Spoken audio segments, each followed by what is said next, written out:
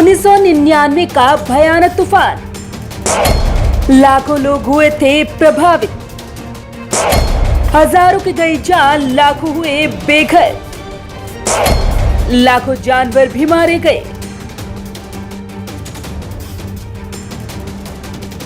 Corona कहर के बीच Amphan तूफान का खतरा भी बढ़ता ही जा रहा है। बंगाल की खाड़ी से उठा चक्रवात अम्फान अब सुपर साइक्लोन में बदल चुका है।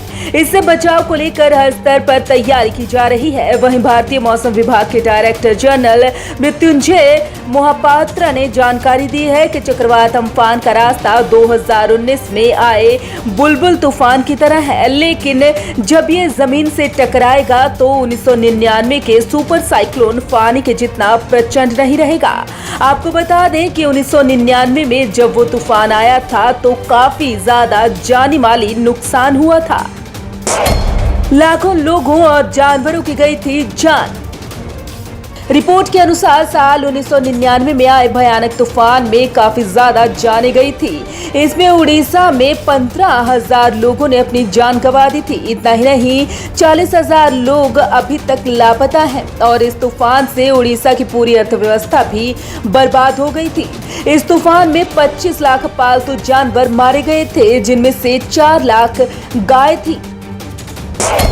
लाखों हुए बेघर, हजारों परिवारों को इस तूफान के कारण मजबूरन तटीय इलाकों से हटाया गया था। इस दौरान लोगों के घर भी खराब हो गए थे, क्योंकि तूफान के कारण काफी ज्यादा बारिश हुई थी, जिससे इलाकों में पानी भर गया था। इस तूफान से 27,220 किलोमीटर के क्षेत्र में फसल बर्बाद हो गई थी और 2,65,000 घरों को नुकसान हुआ था, जिसके कारण 26 लाख लोग बेघर हो गए थे।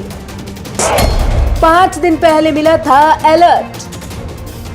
29 अक्टूबर 1999 को उड़ीसा के तट से सुपर साइक्लोन टकराया था। इस तूफान की रफ्तार 300 किलोमीटर प्रति घंटे की थी।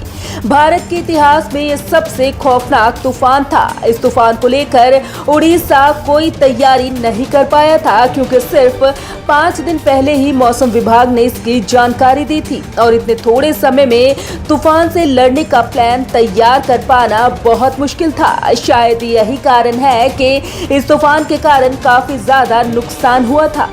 आपको बता दें कि ये तूफान 29 अक्टूबर को सुबह 10:30 बजे भारत के तटीय इलाकों से टकराया और इस तूफान की वजह से इतनी ऊंची लहरें उठी कि उन्हें रिकॉर्ड तक नहीं किया जा सका। अम्फान की तैयारी। उड़ीसा और पश्चिम बंगाल में सुपर साइक्लोन अम्फान के दौरान मदद पहुंचाने के लिए एनडीआरएफ की 36 टीमें तैनात की गई हैं। राज्यों और केंद्रीय एजेंसियों की तैयारियों की समीक्षा करते हुए कैबिनेट सचिव ने राज्य सरकारों से कहा कि वे चक्रवात के रास्ते में निचले इलाकों से लोगों की समय पर और पूरी तरह से निकासी सुरक्षित करें। साथ ही पर्याप्त मात्रा में आवश्यक आपूर्ति जैसे कि भोजन, पीने का पानी और दवाइयां आदि भी बनाए रखें। उन्होंने ये भी सलाह दी है कि सड़क निकासी और अन्य बहाली के काम के लिए टीमों को तैयार रखा जाए।